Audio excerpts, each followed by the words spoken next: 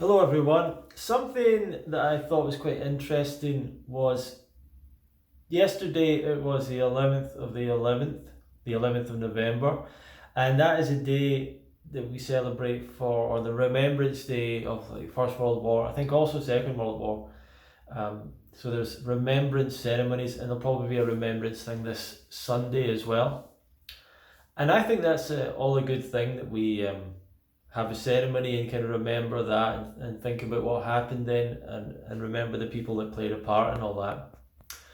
I think that's a good thing. And but it made me think about the date, the 11th of the 11th, because I went on Amazon relatively recently and I was looking up the 80-10-10 diet book, and I can't remember exactly why I was looking it up. I've looked it up a couple of times. I was buying a copy. I was going to buy some for the festival and things like that. But whatever I was doing, I was checking it out, and Amazon has this thing where if you've bought a book, it'll come up and tell you when you bought it.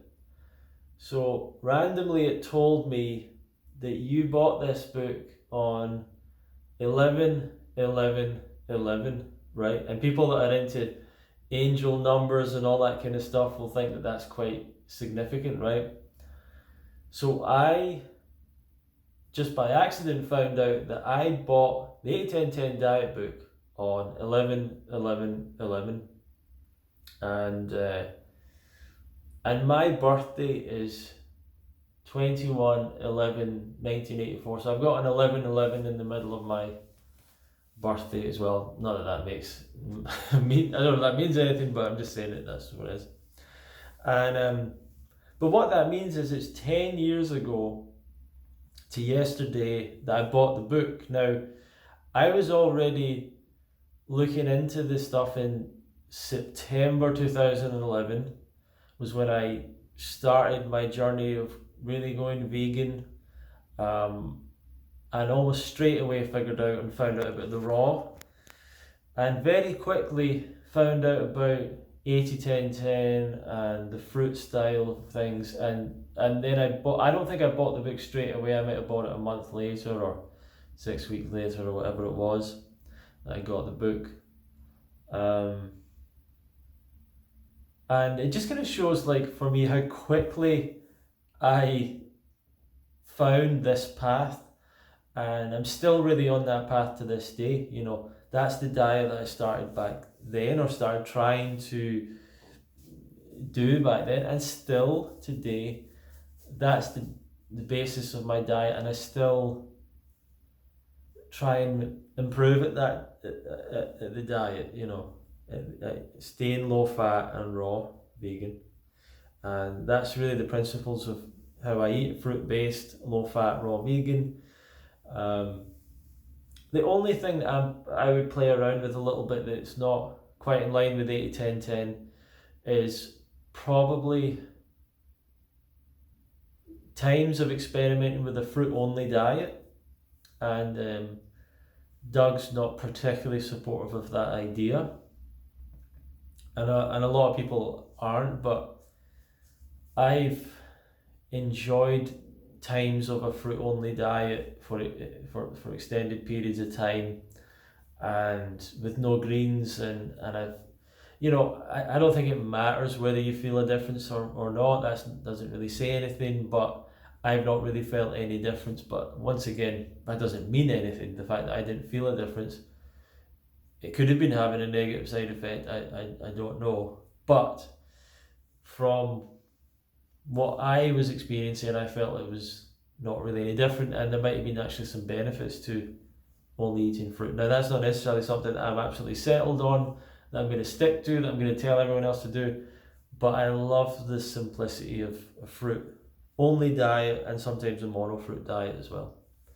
So that's the only thing that I would say is a little bit different. But basically, the last 10 years, I've been eating the 80-10-10 diet for most of my diet. So it's interesting to me that this major kind of change in my life, in a way, is centered around that date, 11/11/11, 10 years ago. I think that's kind of interesting. And it was also around about that time there was a lot of stuff about, the Mayan calendar and all these things changing as we went into 2012 and all that. And so that was around about the time that I was changing to a raw vegan. So maybe I was picking up on stuff then. And definitely that year changed me, changed my life. I went through some major changes becoming a raw vegan. I felt stuff happening in me that was changing in my brain, changing in my body, changing everything. And that was, a great experience in my life, and I'm kind of glad that I've found out that information then. It's wasn't always an easy journey, of course. It still has its difficulties in some ways, especially the fact that other people don't do it and don't understand it and all that stuff. But it's also led me to some of the greatest friendships and experiences and good times, and to a different way of looking at the world, and I don't know, just all sorts of positives, So that's a little bit about my story with finding the 8-10-10 book, and I do recommend the book to this day. I think it has a very good set of arguments and ideas. There's a section where he talks about myths around fruit that covers that, and talks about how back then, the raw food world at one point, the vegan world, the vegan plant-based world, were focused on low-fat vegan as in terms of health, plant-based, in terms of the healthy side. But the raw food world was saying as long as it's raw, it's healthy. That's kind of what the raw food message was at one point. So it's all focused on as long as it's raw. Doesn't matter if it's got tons of salt in it, tons of oil, tons of whatever, vinegar, whatever, as long as it's raw. Is it raw? And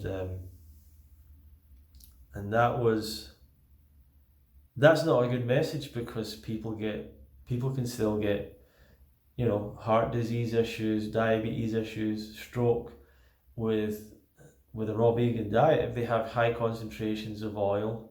And I think oil is probably the biggest contributor, but other unhealthy foods. So that's what the 8-10-10 book was a lot about. And for a lot of people, it's inspired probably a lot of people to eat a lot more fruit. It's one of the main impacts that book's had as well. So yeah, check out the book, The 8-10-10 Diet, Dr. Douglas Graham.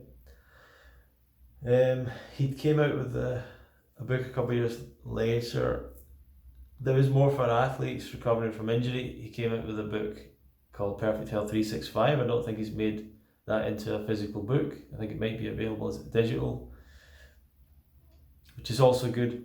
I think it would be good if Doug followed up more on the 8-10-10 concept, or had focused on that and made more books around that, and stuff like that. But that's not really the way he does things or thinks about it, and that's all good. So thanks very much for watching again. I'll put a link below for my newsletter if you want to join that and get notifications about upcoming stuff, and I'll see you in another video.